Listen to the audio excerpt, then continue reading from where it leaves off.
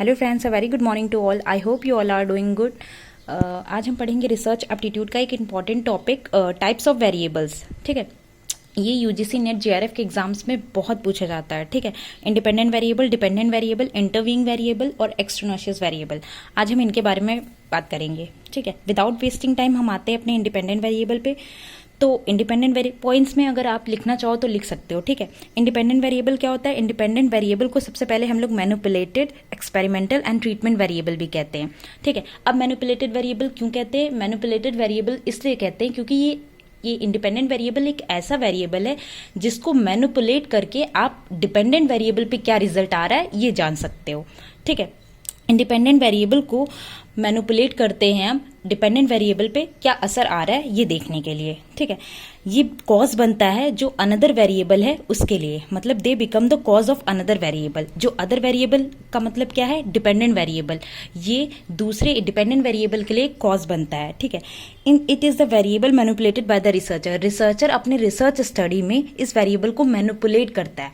Independent variable को आप क्यों मैनिपुलेट करते हो? इंडिपेंडेंट वेरिएबल को आप मैनिपुलेट करके रिसर्च स्टडी में ये देखते हो कि डिपेंडेंट वेरिएबल पे इसका क्या आउटकम आ रहा है, क्या रिस्पॉन्स आ रहा है। ठीक है, अगर आप किसी एक वेरिएबल, फॉर एग्जांपल जैसे आप ऐसे समझने की कोशिश करिए, जैसे आप एक वेरिएबल पे, ठीक है, कोई चेंजेस कर रहे हो तो दूसरे वेरिएबल पे उसका रिजल्ट क्या देखने को मिल रहा है वो इसलिए कहते हैं इसको। ठीक है, इंडिपेंडेंट वेरिएबल वो वेरिएबल होता है जिसमें आप चेंजेस करते हो। ठीक है, मतलब जिस स्टडी को, मतलब जिस वेरिएबल पे आप चेंजेस करते हो, जिस वेरिएबल को आप मैनिपुलेट करते हो। ठीक है, डिपेंडेंट वेरिएबल वो वेरिएबल होता है जिस पे किया जाता है, मतलब इस पे क्या रिजल्ट आ रहा है। इंडिपेंडेंट वेरिएबल के चेंज करने पर आपका डिपेंडेंट वेरिएबल पे क्या रिजल्ट आ रहा है ये बताता है। फॉर एग्जाम्पल जैसे कोई टीचिंग मेथड्स है। ठीक है, आप किसी कोचिंग इंस्टीट्यूट या फिर किसी कॉलेज यूनिवर्सिटी में पढ़ते हो तो ठीक है, आपने टीचिंग मेथड्स और टेक्निक्स में कुछ चेंजेस किए, तो अब बच्चे के परफॉर्मेंस, स्टूडेंट के परफॉर्मेंस पे उस चेंजिंग मेथड्स और टेक्निक्स के क्या असर आ रहा है ये आपका बताता है। देखो, अब इसमें दो चीज़ें, ये रिजल्ट बताता है आपका पॉजिटिव या निगेटिव। अब ये बताएंगे इसमें इंडिपेंडेंट वेरिएबल कौन है, इंडिपेंडेंट वेरिएबल कौन है। जो टीचिंग मेथड्स और टेक्निक्स आप चेंज कर रहे हो, मतलब आप इसको मैनिपुलेट कर रहे हो, इस वेरिएबल को आप मैनिपुलेट कर रहे हो, तो टीचिंग मेथड्स और टेक्निक्स जो आप चेंज कर रहे हो वो इंडिपेंडेंट वेरिएबल है, और उसका रिजल्ट आपको देखने को किस पे मिला? बच्चे की परफॉर्मेंस पे। तो बच्चे की परफॉर्मेंस क्या है? डिपेंडेंट वेरिएबल है। ठीक है, आई होप आपको डिपेंडेंट वेरिएबल और इंडिपेंडेंट वेरिएबल अच्छे से समझ में आ गया होगा। डिपेंडेंट वेरिएबल आउटकम वेरिएबल होता है, रिस्पॉन्स वेरिएबल होता है।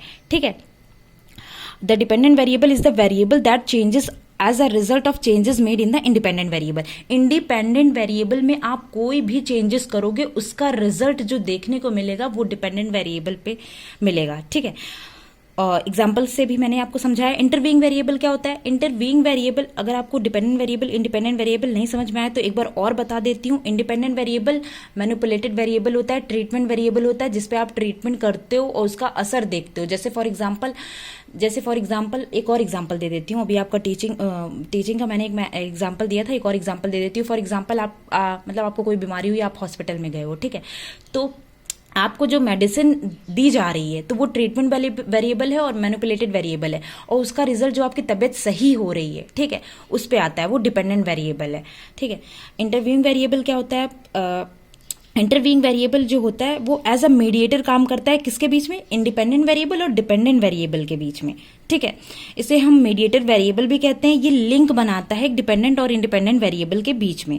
ठीक है, जैसे for example smoking, lung cancer और टिश्यू डैमेज। जो टिश्यू डैमेज है, ठीक है, वो स्मोकिंग और लंग कैंसर के बीच में एक लिंक है। ठीक, मतलब ये अफेक्ट कर रहा है एक variable, that the variable through which one variable affect. ये वो वेरिएबल है जिससे एक वेरिएबल दूसरे वेरिएबल पे अफेक्ट करता है। ठीक है, एक्सट्रानोशियस वेरिएबल क्या होता है? एक्सट्रानोशियस वेरिएबल को हम लोग कॉनफाउंडिंग वेरिएबल भी कहते हैं। देखो, एक्सट्रानोशियस वेरिएबल जनरली वो वेरिएबल होते हैं जिनका इम्पैक्ट हम सोचते हैं कि रिसर्च स्टडी में कम से कम पड़े, पर इनका इफेक्ट रिसर्च स्टडी में पड़ता ही है।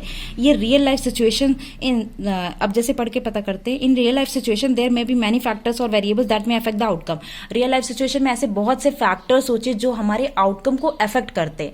जैसे फॉर एग्जाम्पल इससे भी पढ़ेंगे, अगर हमें कोई कॉम्पिटिशन की तैयारी करनी है, ठीक है, तो हम बहुत सी ऐसी चीजें हैं जो सोचते हैं कि यार ये चीजें अफेक्ट नहीं करेंगी, पर वो चीजें हमारी स्टडी पे अफेक्ट करती है। जैसे हमारे बहुत सारे डिस्ट्रैक्शंस हो गए, कॉल्स हो गई, किसी की कॉल आ गई, तो हम लोग चाहते हैं ना इनका इम्पैक्ट ना पड़े, बट इनका इम्पैक्ट पड़ता ही है। ये वो वेरिएबल है, एक्सट्रानोसियस वेरिएबल है, ठीक है। Extraneous variable also affect the dependent variable although these are not manipulated by the researcher. Dependent variable को भी एक्सट्रानोसियस वेरिएबल अफेक्ट करते हैं, जबकि आप एक्सट्रानोसियस वेरिएबल को मैनिपुलेट नहीं करते हैं। इंडिपेंडेंट वेरिएबल में क्या होता था, रिसर्चर जो होता था वो इंडिपेंडेंट वेरिएबल को मैनिपुलेट करता था, तब उसका रिजल्ट उसको डिपेंडेंट वेरिएबल में देखने को मिलता था। पर एक्सट्रानोसियस के केस में ये नहीं होता है, हम इस वेरिएबल को मैनिपुलेट नहीं करते हैं, फिर भी इनका इफेक्ट हमको स्टडी में देखने को मिलता ही है। आई होप आपको ये समझ में आ गया होगा, ठीक है।